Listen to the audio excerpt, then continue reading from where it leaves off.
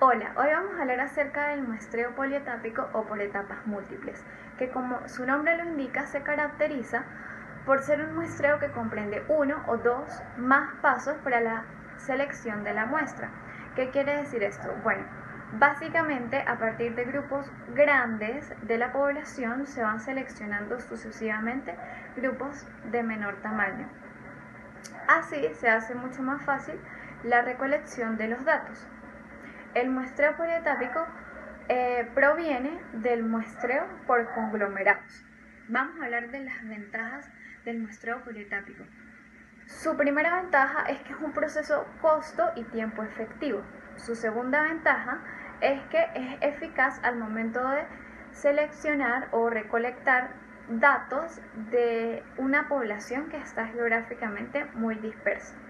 Hablemos ahora acerca de sus desventajas. Sus dos principales desventajas es que no es un muestreo tan preciso como lo puede ser el muestreo aleatorio simple.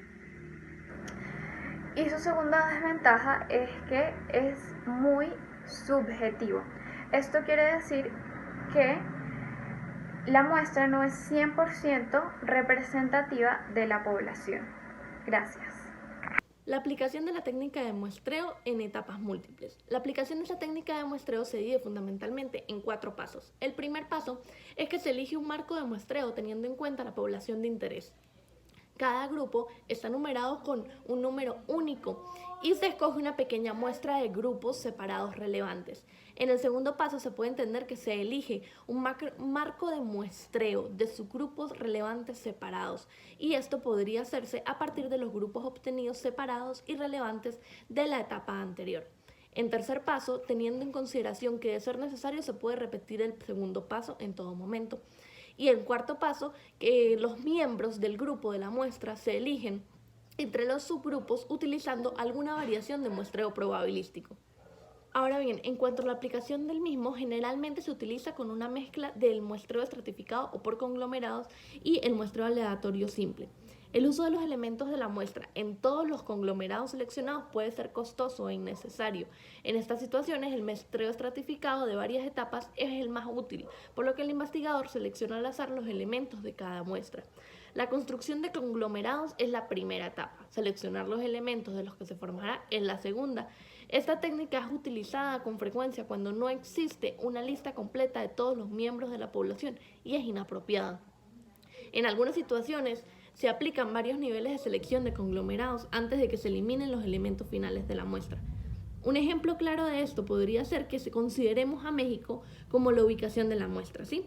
Y que el objetivo de la investigación es evaluar las tendencias de gasto en línea de las personas que viven en México a través de un cuestionario online. Los investigadores pueden formar su grupo de muestra que comprenda unos 200 hogares de la siguiente manera. En primer lugar, se elige el número de estados que utilizan el muestreo aleatorio simple o cualquier otro muestreo probabilístico. Por ejemplo, se escogen en este caso 10 estados. En segundo lugar, se eligen 5 ciudades dentro de cada estado y esto se hace utilizando un muestreo sistemático o cualquier otro tipo de muestreo probabilístico. Para que en tercer lugar, elegir 4 hogares de cada ciudad utilizando el muestreo sistemático o el muestreo de aleatorio simple, para terminar con 200 hogares que pueden ser incluidos en el grupo de muestra para la investigación. Ahora, otro ejemplo en el que se puede repercutir es como para hacer un muestreo de profesores españoles, por ejemplo. Entonces, se va a hacer un muestreo en primer momento conglomerado estratificado. Conglomerado porque se va a utilizar para conseguir las muestras de las universidades y estratificado para luego determinar si esas son públicos o privados. Luego, dentro de cada conglomerado elegido, es decir, de cada universidad en el paso 1, se realiza un nuevo muestreo de conglomerados, siendo las unidades de muestreo secundarias las facultades de dicha universidad, que se elegirán mediante un muestreo aleatorio simple. Luego, para cada facultad seleccionada, se acudirá al listado del marco de muestreo de profesores que trabajan en el centro. Y estas serían nuestras últimas unidades de muestreo, para finalmente realizar un muestreo aleatorio estratificado según la categoría profesional, el género y la antigüedad que pueda tener este maestro laborando dentro de la universidad. Diferencias entre el muestreo polietápico y el muestreo por conglomerados. El muestreo polietápico es muy similar al muestreo por conglomerados, sin embargo son sustancialmente diferentes. En el muestreo polietápico se toma una muestra aleatoria de todos los estratos y en el muestreo por conglomerados solamente se estudian los grupos seleccionados en una o varias etapas. El muestreo polietápico es un método eficaz para las investigaciones que cuentan con un elevado número de participantes y se requiere hacer una selección entre ellos. El objetivo es hacer muestras que vayan de menor a mayor hasta conseguir a los sujetos participantes.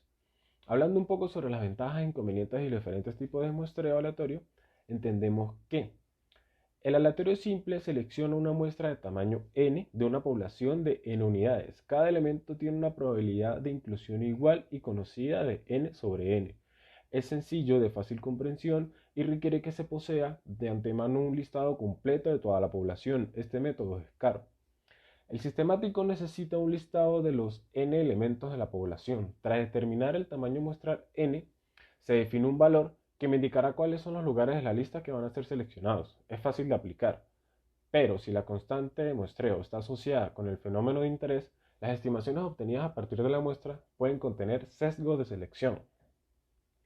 Con respecto al estratificado, entendemos que en ciertas ocasiones resultará conveniente estratificar la muestra, según ciertas variables de interés. Para ello debemos conocer la composición estratificada de la población y su distribución.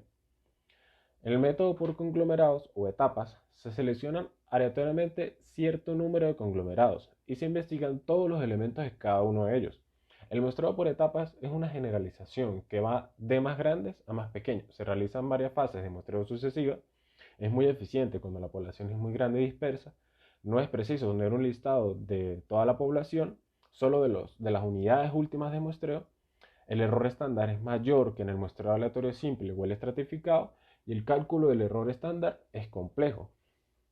Algunos consejos para crear un muestreo de etapas múltiples pueden ser: pensar cuidadosamente la manera de implementar el enfoque de muestreo de etapas múltiples. No existe un método convencional para mezclar los tipos de muestreo, como en el de muestras o en el conglomerado o el estratificado. El proceso de muestreo de etapas múltiples debe diseñarse de manera que sea a la vez rentable y eficaz en el tiempo. Debe conservarse su carácter aleatorio y el tamaño de la muestra.